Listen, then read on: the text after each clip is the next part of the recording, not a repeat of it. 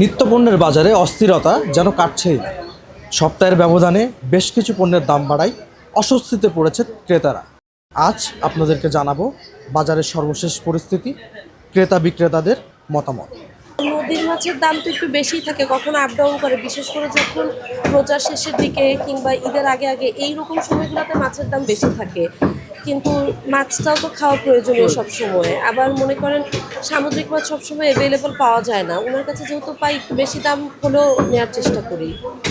সবসময় যে বাজার সহনশীল থাকে তা না, কিন্তু কিছু ক্ষেত্রে তো আমরা বাধ্য হই নেওয়ার জন্য। এখন তো বর্তমানে সবজির দাম অনেক বেশি। এখন বেশি হওয়ার কারণটা কি, এটা আমরা কিভাবে বলবো? আমরা তো সাধারণ মানুষ। এখন ওনারা বলতেছে যে ওনারা কিনতেছে বেশি, এই জন্য দাম বেশি। বাংলাদেশ তো আমাদের, এটা আসলে বাংলাদেশ তো মনে করেন যে সবাই বাটপারি বেশি করে, সব কিছুতেই 2 নাম্বারই। তো আসলে সবার সততা দরকার, তাইলে সব সমস্যার সমাধান হয়ে যাবে। বাজারে সবজির দাম ভাই আগের চেয়ে বাড়তি আছে, অনেক বাড়তি আছে।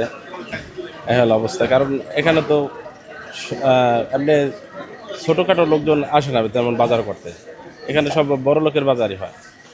তাদের কোনো রকমের দামের কোনো চিন্তা করার লাগে না। এই হলো অবস্থা। ভালো জিনিস হলে হয়। তেলের সংকটের কারণে যেহেতু মাল আসতে ঝামেলা হয়, গাড়ি দিয়ে যানবাহন করতে ওখানে খরচ বেশি লাগতেছে, এই জন্য আর কি মালের দাম বাড়তি হয়।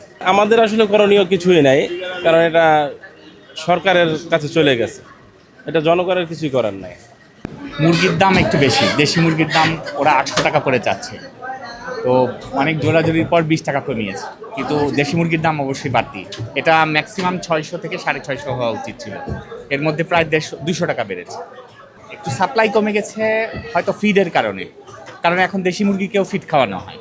হ্যাঁ, একদম আগের মতো যে চড়ে বেড়ানো মুরগি খুব ইজিলি পাওয়া যায় সেরকম না, ফিডের সংকট আছে, যার ফলে ওই বৈশ্বিক যে প্রবলেমটা, যুদ্ধ, তারপর তেলের সংকট, এই সব কারণে ক্যারিং কস্ট বেড়ে গেছে, যার ফলে এগুলোর দাম বেড়েছে।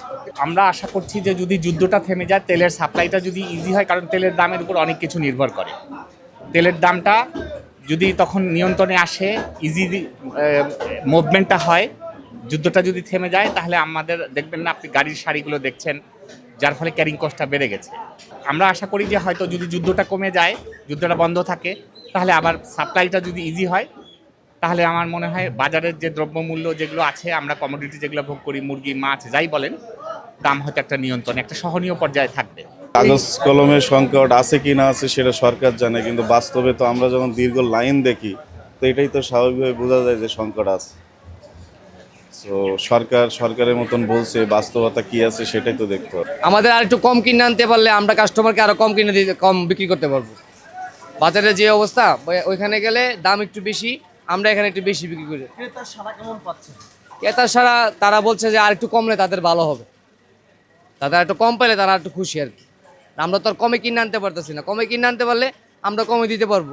ভাই কোম্পানি যেটা বলে সেটাই আমরা শুনতে পাই। তো কোম্পানি বলে যে তাদের রেট হলো 955 টাকা, তাদের বিক্রি করলে লস হয়। কোম্পানি বলতেছে আমাদের 1000 টাকা করেন, কিন্তু সরকার দিচ্ছে না বলে তারা তেল আমাদেরকে দিচ্ছে না। আর তেলের সাথে তারা আমাদেরকে কন্ডিশনে দেয়, আটা, ময়দা, হলুদ, মরিচ এগুলো দিয়ে আমাদেরকে তেল দেয়। 1 কার্টন তেল দিলে 3000 টাকা, অন্য মাল দেয় 3000 টাকা, এইভাবে আমাদেরকে দেয়। তাও অ্যাভেলেবেল না, 10 কার্টন চাইলে 1 কার্টন দেয়। দাম বাড়তেই পারে এবং বাড়াইতেই হবে, না বাড়ালে কোম্পানি এরকমই করবে। সরকার যদি তেলের দাম বৃদ্ধি না বাড়ায়, তাহলে কোম্পানি তেল দিবে না, এটাই বলছে।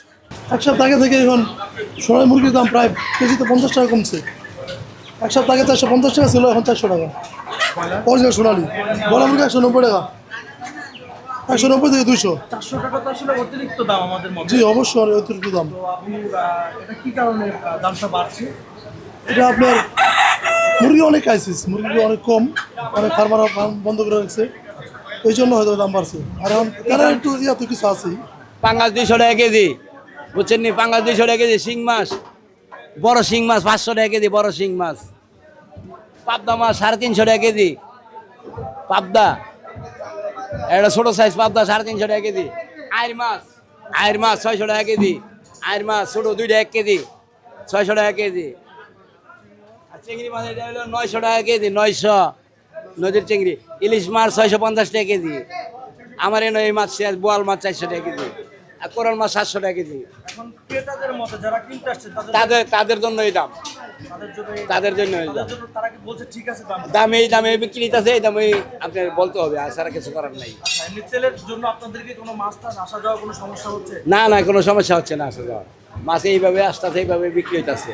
ভাই এই মাছ এলে কত হইতো নাই, কাস্টমারই নেই, মাছের দাম এরকম কিছু না, সীমিতই, কোনো কাস্টমার নেই, গোলশান মরা নেই, কোনো কাস্টমার বলতেই নেই, ব্যবসা বাণিজ্য খুব খারাপ দাদা, মানে প্রচুর খারাপ।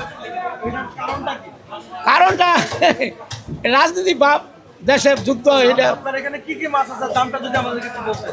মলা মাছের 400 টাকা কেজি, চিংড়ি মাছ 700 টাকা কেজি, চিংড়ি মাছ 800 টাকা কেজি, চিংড়ি মাছ 900 টাকা কেজি, কাতল 400 টাকা কেজি, বাতাসি 1000 টাকা কেজি, ট্যাংরা 700 টাকা কেজি, আইড 700 টাকা কেজি, রুই মাছ 400 টাকা কেজি, শিং মাছ 400 টাকা কেজি, তেলাপিয়া 220 টাকা কেজি, তেলাপিয়া 200 টাকা কেজি, মানে যেরকম সাইজ বুঝে দাম আর কি, এই হলো পরিস্থিতি আর কি, ব্যবসা বাণিজ্য পরিস্থিতি খুবই খারাপ। বাজার দাম আগের তুলনায় অনেক বেশি। আমি গত 2 দিন আগে বেচছি 120 টাকা ডজন, খালি 40 টাকা এরকম বেচছি আর কি। গতকাল 30, আজকে বাজার মনে হয় 100 টাকা 70-80 টাকা বাড়াই ফেলছে 2 দিনে। 2 দিন আগে যা দাম আমি কিনছি তার থেকে আজকে 2 দিনে মনে করেন যে 80 টাকা 70 টাকা বেশি কিনতেছে। এই জন্য ডিমের দাম অনেক বেশি। আমরা যাদের ডিম নেই, বরাবর যে ডিলাররা আছে, লিডার আছে যে ডিম দেয়, তারা বলে যে তেলের সঙ্গে মানে গাড়ি যাইতে পারে না, পর্যাপ্ত পরিমাণ তেল গাড়ি পায় না, দিকে গাড়ি যাইতে পারে না ওইদিকে, এই পরিমাণ মালগুলো কম আসে, কম তার দাম ডিমান্ড বেশি, এই জন্য ডিমের দাম বাড়াই ফেলছে। ছোট মাছ থেকে শুরু করে নদীর বড় মাছ প্রকারভেদে 200 টাকা থেকে 900 টাকা পর্যন্ত কেজি দরে বিক্রি হচ্ছে। ক্রেতাদের মতে মাছের বাজারে কিছুটা স্বস্তি থাকলেও সবজির বাজারে এখনও নাগালের বাইরে। দেশি মুরগির ডিমে দাম ডজন প্রতি 40 টাকা বেড়ে দাঁড়িয়েছে 240 টাকায়। অপরদিকে ব্রয়লার মুরগির ডিমের দাম 30 টাকা বেড়ে প্রতি ডজন বিক্রি হচ্ছে 140 টাকায়। এদিকে সোনালী মুরগির দাম সপ্তাহের ব্যবধানে 450 টাকা থেকে কমে দাঁড়িয়েছে 400 টাকা।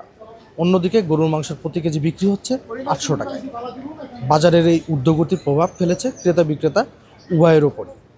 ক্রেতাদের মতে বৈশ্বিক তেলের সংকটের প্রভাবে নিত্যপণ্যের বাজারেও তৈরি হচ্ছে চাপ, যা জনজীবনকে হুমকির মুখে ফেলছে। এই পরিস্থিতি মোকাবেলায় সরকারের কার্যকর পদক্ষেপ কামনা করছেন ক্রেতা বিক্রেতা উভয়ই। মেহেদী হাসান অনু, প্রাইম টিভি।